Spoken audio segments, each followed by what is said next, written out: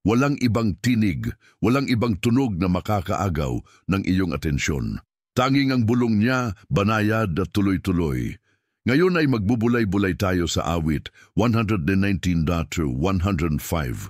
Ang iyong salita ay ilawan sa aking mga paa at liwanag sa aking daraanan. Hindi lamang ito isang nakaka-inspirang pahayag, isa itong buhay na pangako, isang tiyak na gabay sa bawat hakbang na iyong tinatahak. Kapag nagsalita ang Diyos, lahat ay nagbabago. Ang mga pagdududa ay naglalaho, ang takot ay nawawalan ng lakas, at ang pag-asa ay sumisibol na parang isang bagong umaga. Marahil ay dumating ka rito na may mga tanong na walang kasagutan, may mabigat o pagod na puso. Ngunit alamin mo, kayang baguhin ng tinig ng Diyos ang iyong pananaw sa isang iglap. Kaya, ialay mo ang oras na ito sa Panginoon, buksan mo ang iyong puso, ihanda ang sarili upang makinig, at hayaang ang liwanag ng kanyang salita ang gumabay sa bawat iniisip at damdamin mo. Ang tinig ng Diyos ay hindi maingay. Hindi ito nakikipagkumpetensya sa ingay ng mundo, kundi tulad ng isang malinaw na bukal ng tubig na banayad na dumadaloy sa pagitan ng mga bato. Madalas, hinahanap natin ang mga agarang sagot, ngunit iniimbitahan niya tayo na manahimik upang maunawaan ang kanyang direksyon. Isipin mo ang huling pagkakataon na nakatanggap ka ng isang salita, payo, o kahit biglaang kaisipan na nagdala sa iyo ng malalim na kapayapaan. Iyan ang tanda ng tinig ng Diyos. Ang kapayapaan ng Diyos ay hindi kawalan ng problema, kundi katiyakan na siya ay may hawak ng lahat, kahit sa gitna ng unos. Kapag siya ay nagsalita, ang kaguluhan sa loob ay nagkakaroon ng ayos. Ang dating malabo ay nagiging malinaw, para bang ang mga piraso ng isang palaisipan na dati hiwa-hiwalay ay isa-isang nagdudugtong. At bigla mong marirealize, ang daan ay matagal nang nasa harapan mo, ngunit kailangan mo nang buksan ang ilaw upang ito'y makita.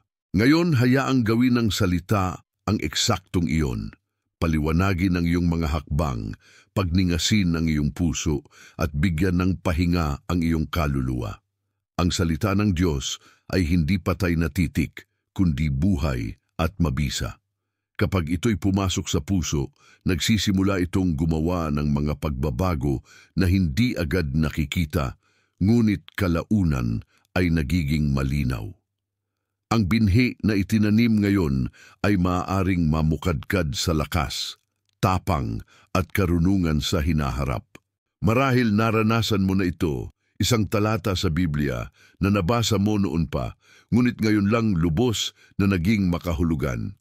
Ang salita ay may perpektong oras ng pagtubo at pag-aani. Kapag dumating ang tamang panahon, ang bawat letra at pangungusap ay parang mismong hangin na bumubuhay sa iyong kaluluwa. At iyan ang nais ng Diyos para sa iyo ngayon, na madama mo ang init at liwanag ng kanyang tinig, na para bang ikaw ay nililigiran ng liwanag mula sa loob. Hindi siya isang Diyos na malayo at tahimik. Siya ay isang Ama na nagsasalita, gumagabay at nagmamahal sa iyo ng personal. Maaring sa nakaraan, may mga panalangin kang tila walang kasagutan. Ngunit tandaan, ang katahimikan ng Diyos ay hindi kawalan ng kilos. Madalas, siya ay kumikilos sa likod ng mga eksena. Inihahanda ang tamang oras para sa kanyang tugon. Ang bawat sagot niya ay laging may kasamang layunin, kahit hindi agad natin ito makita. Ngayon, isipin mong ikaw ay nasa isang madilim na kalsada, walang bitbit na ilaw, at bawat hakbang ay puno ng pangamba. Ngunit biglang, may nag-abot sa iyo ng lampara. Hindi ito isang nakakasilaw na liwanag na nagpapakita ng buong landas, kundi sapat lamang upang makita mo ang susunod na ilang hakbang. Ganun gumagana ang salita ng Diyos. Hindi niya laging ipinapakita ang buong larawan, ngunit lagi siyang nagbibigay ng sapat na liwanag para sa susunod na hakbang. At sa bawat hakbang na sinusunod mo ang liwanag na iyon, mas lalo pang lumilinaw ang daan, kaya huwag kang mabahala kung hindi mo nakikita ang buong bukas. Magtiwala na ang liwanag ng Diyos ay sapat para ngayon at bukas ay may panibagong liwanag para sa panibagong hakbang. Ito ang sekreto ng paglalakad kasama siya, isang araw, isang hakbang, isang patak ng liwanag sa bawat sandali. Kapag natutunan mong magtiwala sa prosesong ito, mawawala ang takot sa hinaharap. Dahil alam mong kahit anong mangyari, ang Diyos ay naroon upang gabayan ka. Minsan, baka maramdaman mong mahina ang liwanag na tila ba unti-unti itong nawawala. Sa mga oras na iyon, bumalik ka sa kanyang salita. Buksan mo ang Biblia, basahin mo ang mga pangako niya, at hayaang muling sindihan ng mga ito ang ilaw sa iyong puso. Hindi ka kailanman iiwan ng Diyos sa dilim. Kahit sa pinakamasakit at pinakamalungkot na yugto ng iyong buhay, ang kanyang presensya ay laging nariyan, tahimik ngunit matatag. Isipin mo ang malamig na gabi kung saan tanging maliit na apoy lang ang nagbibigay init sa iyo. Hindi mo kailangang makita ang buong paligid. Sapat na ang apoy na iyon para manatili kang ligtas at buhay. Ganoon ang salita ng Diyos, hindi laging malakas at nakakasilaw, ngunit sapat para manatili kang matatag hanggang sa magbukang liwayway. Kaya sa oras na ito, hayaan mong ang kanyang tinig, ang maging gabay mo, ang kanyang liwanag ang magdala ng kapayapaan sa iyong puso at ang kanyang pangako ang magpatatag ng iyong pananampalataya. Habang patuloy kang nakikinig sa tinig ng Diyos, mapapansin mong may kakaibang kapayapaan na bumabalot sa iyong isipan. Hindi ito kapayapaang dulot ng kawalan ng problema, kundi kapayapaang lumalampas sa pangunawa, isang katiyakang nagmumula sa presensya niya. Maaring may mga bagyo pa rin sa paligid, ngunit sa kaloob-looban mo parang may matibay na batong tinutuntungan. Ito ang epekto ng kanyang salita. Tinutulungan kang manatiling matatag kahit sa gitna ng unos. Isipin mo ang isang punong malalim ang ugat. Kapag dumating ang malakas na hangin, yuyuko ito ngunit hindi mabubuwal. Ganyan ka rin kapag ang salita ng Diyos ang ugat ng iyong buhay. Ang mga salita niya ay parang mga ugat na lumalalim sa iyong puso at isipan, nagbibigay ng lakas na hindi basta-basta nawawala. Kaya mahalaga ang patuloy na pagbubulay-bulay sa kanyang salita. Hindi sapat na marinig mo lang minsan. Kailangan mong hayaang paulit-ulit itong magbuhos ng liwanag at katotohanan sa iyong buhay. Kapag paulit-ulit mong inuukit ang kanyang mga salita sa iyong puso, ito ay nagiging bahagi mo, gaya ng hangin na iyong nilalanghap, o gaya ng ilaw ng araw na unti-unting nagpapainit sa iyong balat. At habang lumalalim ka sa kanyang mga pangako, mas mabilis mong makikilala ang kanyang tinig. Hindi ka na malilito sa maraming tinig ng mundo dahil alam mo na kung alin ang totoo. Ang kanyang tinig ay puno ng pag-ibig, hindi ng pananakot, puno ng pag-asa, hindi ng kawalan, puno ng kapayapaan, hindi ng kaguluhan. Kapag siya ay nagsalita, may bigat ngunit may lambing, may kapangyarihan ngunit may habag. At dito mo mauunawaan kung bakit sinasabi sa awit 119:105 na ang kanyang salita ay ilawan sa aking mga paa at liwanag sa aking daraanan. Hindi lang ito tungkol sa direksyon, ito rin ay tungkol sa seguridad na alam mong hindi ka nag-iisa sa paglalakbay. Bawat hakbang mo ay tinutuntun niya, bawat paghinga mo ay kilala niya, at bawat luha mo ay binibilang niya. Marahil sa puntong ito, nararamdaman mong lumalambot ang iyong puso. Baka may mga takot, galit, o pag-aalinlangan na unti-unti nang natutunaw sa presensya ng kanyang liwanag. Hayaan mo lamang, huwag mong pigilan ng Diyos na kumilos sa puso mo ngayon. Buksan mo ang lahat ng silid ng iyong isipan at kaluluwa sa kanyang liwanag, kahit yung mga bahagi na matagal mo nang tinatago. Dahil kapag pinapasok niya ang mga iyon, hindi siya nagdadala ng kahihiyan, nagdadala siya ng kagalingan. At sa kagalingang iyon, makakahanap ka ng panibagong lakas, tapang at pag-asa. Ito ang kapangyarihan kapag nagsalita ang Diyos.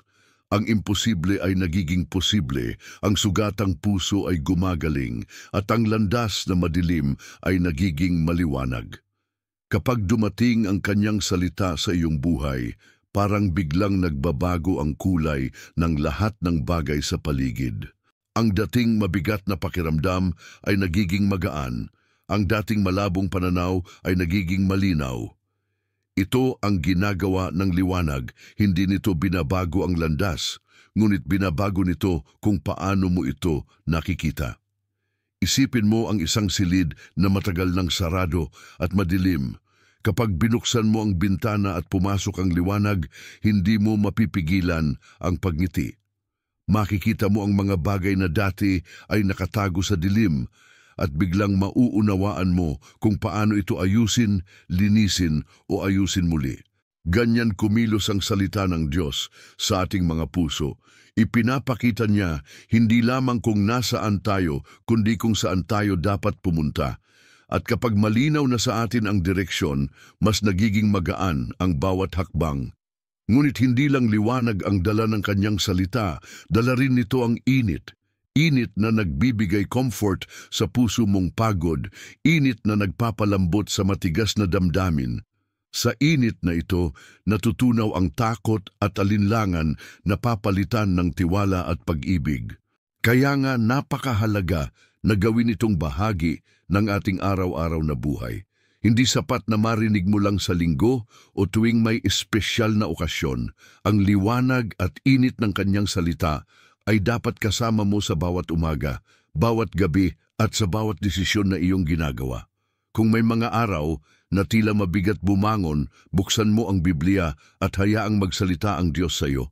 Kung may mga gabi na puno ng pag-aalala, basahin mo ang mga pangako niya at hayaang magdala ng kapayapaan sa iyong isipan. Ang paglalakbay kasama ang Diyos ay hindi laging madali, ngunit laging sigurado. At ang kanyang salita ang magsisilbing mapa, ilaw at gabay mo sa lahat ng yugto ng iyong buhay. Kung minsan, maaring hindi mo maramdaman agad ang pagbabago, ngunit gaya ng pagsikat ng araw, unti-unti nitong binabago ang lahat ng nahahawakan nito. Maging matiyaga ka lang dahil ang Diyos ay laging tapat sa kanyang mga salita.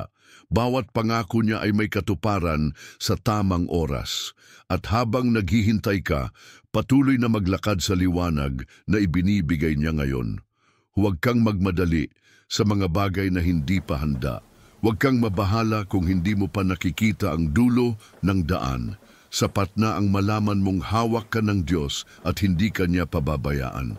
At kapag dumating ang oras na yon na malinaw na ang lahat, makikita mong ang bawat hakbang na ginawa mo sa liwanag niya ay nagdala sa iyo sa lugar ng kapahingahan at kagalakan. May mga panahon na tila mahirap marinig ang tinig ng Diyos.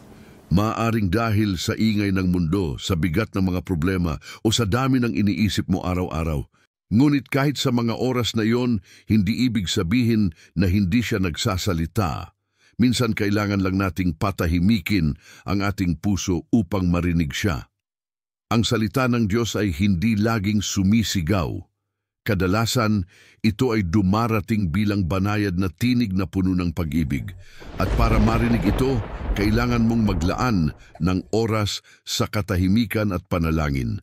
Kapag ginawa mo ito, mararamdaman mong unti-unting nawawala ang bigat ng iyong dibdib. Parang may humahaplos sa iyong kaluluwa at nagsasabing, "Anak, kasama mo ako." Sa bawat salitang iyon, bumabalik ang lakas na akala mo'y nawala na. Ang pananampalataya mo ay muling pinapalakas at ang pag-asa ay muling bumubuhay. Gaya ng isang ilaw na muling binubuksan sa gitna ng dilim, ganun din ang ginagawa ng salita niya sa iyong espiritu. Hindi nito tinatanggal agad ang lahat ng problema, ngunit binibigyan ka nito ng tapang upang harapin ang mga ito. Sa tuwing binubuksan mo ang Biblia, isipin mo na para kang umuupo sa harap ng Diyos at siya mismo ang nakikipag-usap sa iyo. Bawat talata ay parang liham na isinulat niya para sa iyo. Tiyak, personal at puno ng malasakit. At habang pinapakinggan mo ang kanyang tinig sa pamamagitan ng kanyang salita, mapapansin mong unti-unti ring nagbabago ang paraan ng iyong pag-iisip. Ang mga dating kinatatakutan mo ay nagiging mas maliit kumpara sa laki ng Diyos na iyong sinasamba. Ang mga dating mabibigat na suliranin ay nagiging oportunidad upang makita ang kanyang kabutihan. At mas lalo kang nagiging matatag dahil alam mong may Diyos na laging gumagabay sa iyo. Kaya kahit na may mga araw na tila walang nangyayari, huwag kang bibitaw sa kanyang mga pangako. Patuloy mong itanim sa puso mo ang kanyang salita dahil darating ang panahon na ito ay magbubunga ng kapayapaan, kagalakan at bagong sigla. Gaya ng isang magsasaka na matiyagang naghihintay sa pag-aani, ganun ka rin dapat sa paglalakbay kasama ang Diyos.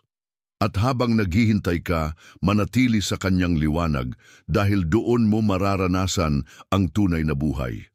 Kapag ang Diyos ay nagsalita sa iyong puso, hawakan mo iyon ng mahigpit. Huwag mong hayaang manakaw ito ng mga alalahanin o ng mga maling tinig sa paligid. Paalalahanan mo ang iyong sarili araw-araw na ang kanyang salita ay totoo, buhay at makapangyarihan. Ito ang magiging ilawan sa iyong mga paa at liwanag sa iyong daraanan, kahit gaano pa kadilim ang mundo sa paligid mo. Kapag natutunan mong magtiwala ng lubos sa salita ng Diyos, mapapansin mo na mas magiging matatag ka sa bawat hamon ng buhay. Hindi dahil wala ng bagyo, kundi dahil alam mong may matibay kang sandigan, parang isang bahay na nakatayo sa bato. Kahit dumating ang malakas na hangin at ulan, hindi ito basta-basta matitinag. Ganyan din ang iyong puso kapag ito ay nakaugat sa mga pangako ng Diyos. Bawat salita na iyong binabasa at pinaniniwalaan ay nagiging parang haligi na nagpapalakas sa iyong pananampalataya. At sa tuwing sinusubok ka ng buhay, ang mga haliging ito ang magpapatibay sa iyo. Isipin mo ang Salmo 119:105, ang iyong salita ay ilawan sa aking mga paa at liwanag sa aking landas. Hindi sinasabi na ito ay malaking searchlight na makikita mo ang dulo ng lahat, kundi isang lampara na sapat para sa susunod mong hakbang. Sa buhay, hindi laging ibinibigay ng Diyos ang buong larawan. Madalas, isang hakbang lang ang kanyang ipinapakita. Ito ay dahil nais niyang matutunan mong magtiwala sa kanya araw-araw, hindi lamang sa simula ng iyong paglalakbay. Kapag lumakad ka sa liwanag na iyon, makikita mong sapat ang ibinibigay niya para sa bawat sandali. At habang sumusunod ka, mas lalo mong makikilala ang kanyang kabutihan at katapatan. Sa gitna ng dilim, ang kanyang liwanag ay nagbibigay ng direksyon at kapanatagan. Hindi mo kailangang mangamba sa mga bagay na hindi mo pa nakikita dahil ang Diyos ay kasama mo sa bawat hakbang. At kahit na may mga oras na tila walang nangyayari, tandaan mong ang liwanag ay laging naroon, handang gabayan ka. Minsan, ang kanyang salita ay magbibigay sa iyo ng malinaw na sagot. Minsan naman, ito ay magdadala lamang ng kapayapaan sa puso mo habang naghihintay ka. Pareho itong mahalaga, ang kaalaman kung ano ang susunod na hakbang at ang kapayapaan na manatili kung nasaan ka ngayon. Kaya huwag mong maliitin ang kapangyarihan ng kahit isang talata mula sa Biblia. Isang pangungusap lang mula sa Diyos ay kayang magbago ng direksyon ng iyong buong buhay. Maaaring ito ang mag-alis ng takot na matagal mo nang pasan o magbigay ng lakas na kailangan mo upang magsimula muli. At kapag naramdaman mo na ito, hindi mo nagugustuhing mamuhay sa dilim muli. Hahanapin at hahanapin mo ang kanyang salita araw-araw dahil natuklasan mo na ito ang pinagmumulan ng tunay na buhay. Sa bawat pagbukas mo ng Biblia, asahan mong may sasabihin ng Diyos sa iyo. Maging handa kang tanggapin ito. Minsan magbibigay inspirasyon, minsan magbibigay payo, at minsan magtutuwid ng landas mo. Lahat ng ito ay para mas lalo kang lumapit sa Kanya at mas lumago ang iyong pananampalataya. Kapag natutunan mong pahalagahan ang bawat salita ng Diyos, magsisimula kang makita ang Kanyang kamay na gumagalaw sa mga maliliit na bagay sa iyong buhay. Mapapansin mo na may mga pagkakataong parang eksaktong tugon sa iyong panalangin ang binasa mo sa umaga. Minsan, isang talata lang ang magbibigay sa iyo ng lakas upang harapin ang mahirap na araw.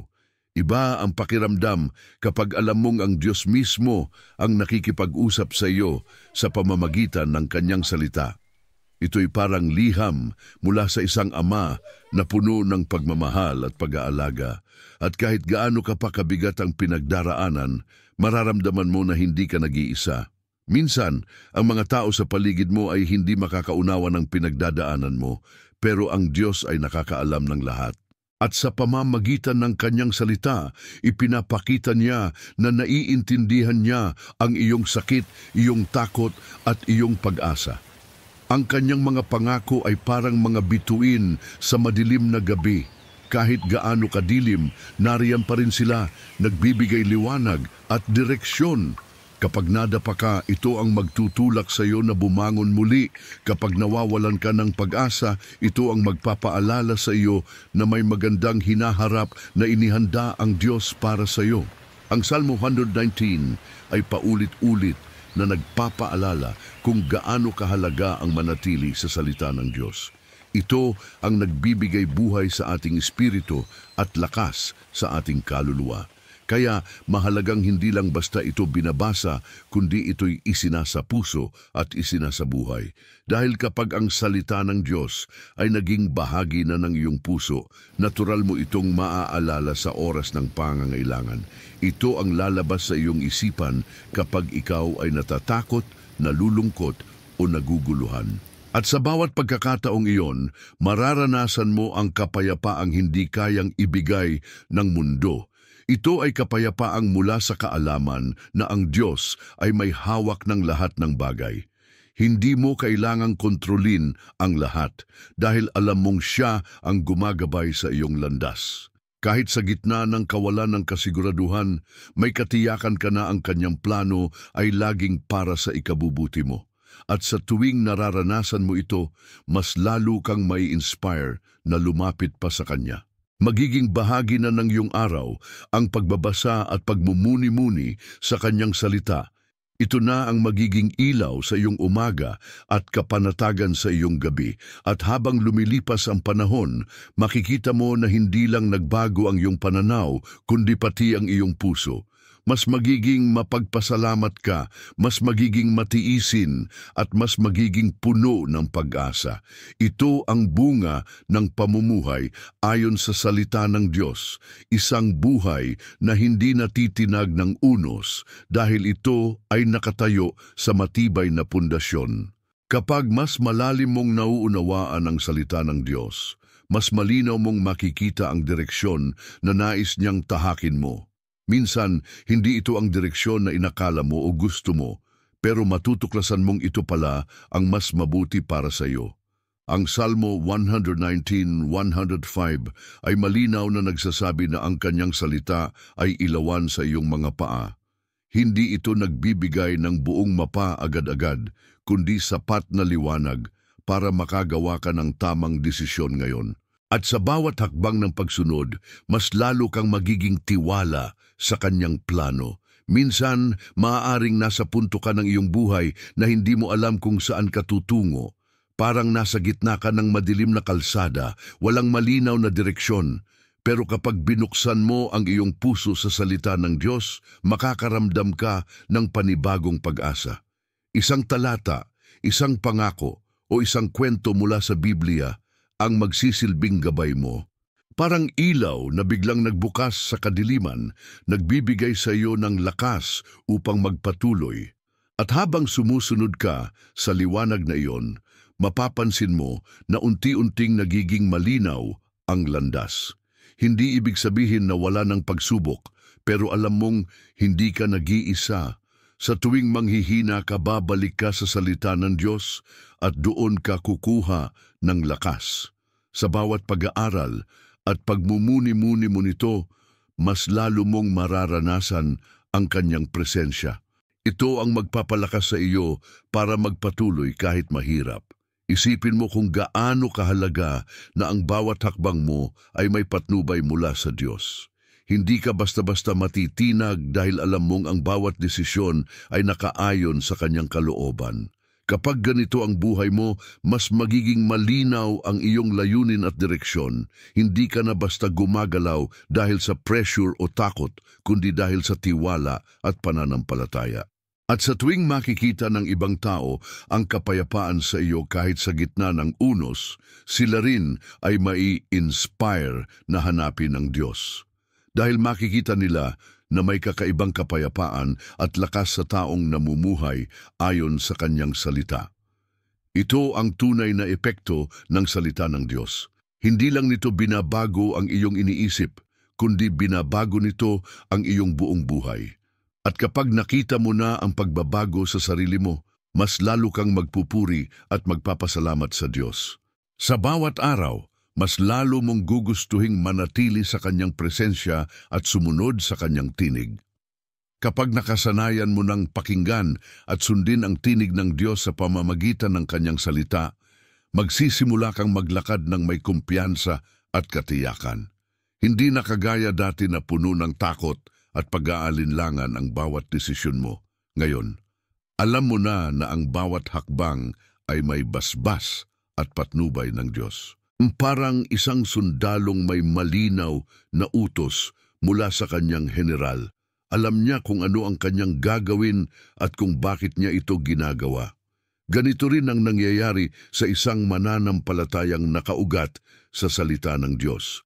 Hindi siya basta-basta natitinag ng mga balita, opinyon o ingay ng mundo. Sa halip, nakikinig siya sa isang malinaw na tinig, ang tinig ng Diyos na nagsasalita sa pamamagitan ng kanyang mga salita. At habang lumalalim ang relasyon mo sa kanya, mas mabilis mong makikilala ang kanyang tinig. Hindi ka na malilito sa mga boses na naglalaban-laban sa iyong isipan. Alam mo kung alin ang mula sa Diyos at alin ang hindi dahil kilala mo na ang tono, laman at kapayapaan na dala ng kanyang tinig. Sa ganitong paraan, mas nagiging malinaw ang iyong mga desisyon. Hindi ka na basta-basta gumagawa ng bagay dahil gusto mo lang o dahil sinasabi ng iba. Sa halip, sinusunod mo kung ano ang sinasabi ng Diyos kahit minsan ay hindi ito popular o madaling gawin. Pero kahit mahirap, may kakaibang kapayapaan at kagalakan kang nararanasan. Ito ang bunga ng pamumuhay sa liwanag ng kanyang salita. Kapag nararanasan mo ito, makikita mo rin kung paano ginagamit ng Diyos ang iyong buhay upang maging liwanag sa iba. Minsan, hindi mo na kailangang magsalita ng marami. Sapat na ang iyong halimbawa para makita nila ang pagkakaiba. At kapag tinanong ka nila kung saan mo nakukuha ang lakas, maibabahagi mo sa kanila ang salita ng Diyos na bumabago ng buhay. Sa ganitong paraan, hindi lang ikaw ang nababago, kundi pati ang mga tao sa paligid mo. At bawat isa sa kanila na lalapit sa Diyos ay magdadala rin ng liwanag sa iba. Ito ang paraan kung paanong ang salita ng Diyos ay hindi lang nakakaapekto sa isang tao, kundi kumakalat na parang apoy ng pag-asa at pananampalataya. Kaya huwag kang titigil sa pagbabasa, pagninilay at pagsasabuhay ng kanyang mga salita. Ito ang iyong gabay, iyong kalasag at iyong espada laban sa anumang pagsubok. At habang buhay ka, patuloy mong mararanasan na totoo ang sinabi sa Salmo 199:105, na ang kanyang salita ay ilawan sa iyong mga paa at liwanag sa iyong landas. Habang isinasara natin ang pagninilay na ito, nais kong ipaalala sa iyo na ang salita ng Diyos ay higit pa sa isang aklat na binabasa lamang. Ito ay buhay, makapangyarihan at aktibo sa bawat taong tumatanggap at sumusunod dito.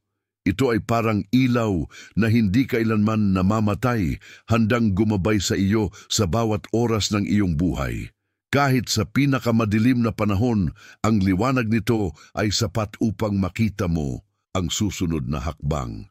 At habang sumusunod ka, mas lalo mong mararanasan na hindi ka naglalakad mag-isa. Naroon ang Diyos kasama mo sa bawat hakbang, nagbibigay ng lakas at kapanatagan. Kaya sa tuwing bubuksan mo ang iyong Biblia, isipin mo na ito ay pagkakataon upang marinig ang mismong tinig ng Diyos. Hindi lang ito mga letra sa pahina, kundi mensahe mula sa iyong Ama na nagmamahal sa iyo. At sa bawat araw na gugugulin mo sa kanyang salita, mas lalo kang magbabago sa pag-iisip, sa puso at sa gawa. Maging handa sa mga pagbabagong iyon, sapagkat ito ay magdadala sa iyo sa mas malapit na ugnayan sa Kanya. Kapag dumating ang mga pagsubok, tandaan mo ang Kanyang mga pangako. Kapag ikaw ay naguguluhan, bumalik ka sa Kanyang mga salita para sa direksyon.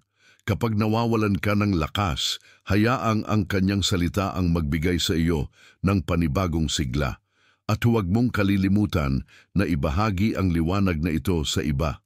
Maraming tao sa paligid mo ang naglalakad sa kadiliman, naghahanap ng direksyon, pag-asa at kapayapaan.